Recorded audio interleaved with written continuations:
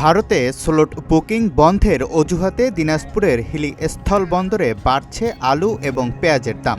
একদিনের ব্যবধানে ভারতীয় আলু কেজি প্রতি ৩ থেকে ৪ টাকা বৃদ্ধি পেয়েছে। ৬০ টাকা থেকে বেড়ে তা বিক্রি হচ্ছে ৬৫ টাকা কেজি দরে। অন্যদিকে ভারতীয় পেঁয়াজ কেজি প্রতি ১৫ টাকা বেড়ে তা বিক্রি হচ্ছে ৮০ থেকে ৮৫ টাকা কেজি দরে, যা শনিবারও বিক্রি হয়েছিল ৭০ টাকা কেজি দরে। ভারতের অভ্যন্তরে স্লট বুকিং বন্ধ করাতে হিলি স্থলবন্দর দিয়ে পেঁয়াজ এবং আলু আমদানি হবে না, এই কারণে মোকামে বেড়েছে দাম বলেছেন ব্যবসায়ীরা।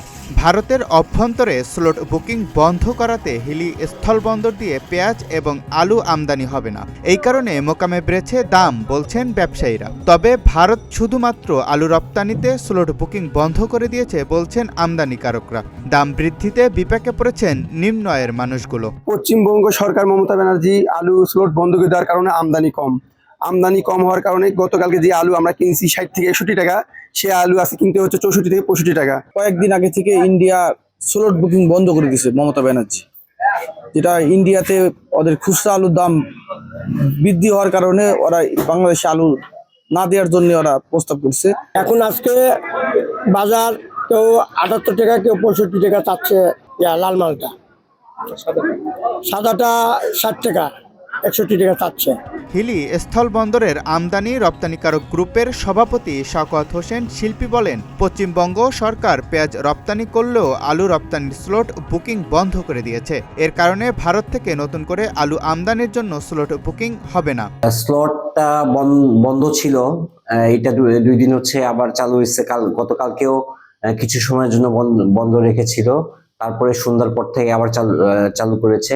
স্লট বুকিং আমি গতকাল পর্যন্ত যে তথ্য আমি নিয়েছিলাম সেটা হচ্ছে ৯০ গাড়ি স্লট বুকিং আছে, গতকালকে ঢুকছে এবং আজকে ২৬ গাড়ির মতো এখন পর্যন্ত আলু সম্ভবত ঢুকেছে। আগামীকাল থেকে স্লট বুকিংটা বন্ধ হয়ে যাচ্ছে। এটা পশ্চিমবঙ্গ সরকার এটা বন্ধ রাখতেছে। হিলি কাস্টমসের সহকারী রাজস্ব কর্মকর্তা নাজমুল হোসেন বলেন, শনিবার ভারতীয় ১৮ ট্রাকে ৫২৩ মেট্রিক টন পেঁয়াজ এবং ৫২ ট্রাকে ১৬২৭ মেট্রিক টন আলু আমদানি হয়েছে হিলি স্থল বন্দর দিয়ে। স্থলবন্দর দিয়ে আলু এবং পেঁয়াজ অদ্যাবধি আমদানি স্বাভাবিক আছে। এ সকল পণ্য কাঁচামাল হওয়ায় হিলি কাস্টমসের পক্ষ থেকে সকল প্রক্রিয়া শেষ করে দ্রুত ছাড়করণের ব্যবস্থা করা হচ্ছে। স্থানীয় একাধিক ব্যবসায়ীর সহযোগিতায় এবং সূত্রে আমরা জানতে পারছি যে আলুর একাধিক স্লট ভারতের পক্ষ থেকে বন্ধ হওয়ার কারণে আগামী দিন থেকে আলু আমদানি হওয়ার সম্ভাবনা কিছুটা ক্ষীণ। তবে গতকাল ১৮টি ট্রাকে ৫২৩ মেট্রিক টন পেঁয়াজ আমদানি হয়েছে এবং ৫২টি ট্রাকে ১৬২৭ মেট্রিক টন আলু আমদানি হয়েছে। আলু আমদানি বন্ধ থাকায় ক্ষতির মুখে পড়েছেন আমদানিকারকরা। তবে বন্দর দিয়ে পেঁয়াজ সহ অন্যান্য পণ্যের আমদানি স্বাভাবিক রয়েছে। জাকারিয়া রবিউল, প্রতিদিনের বাংলাদেশ।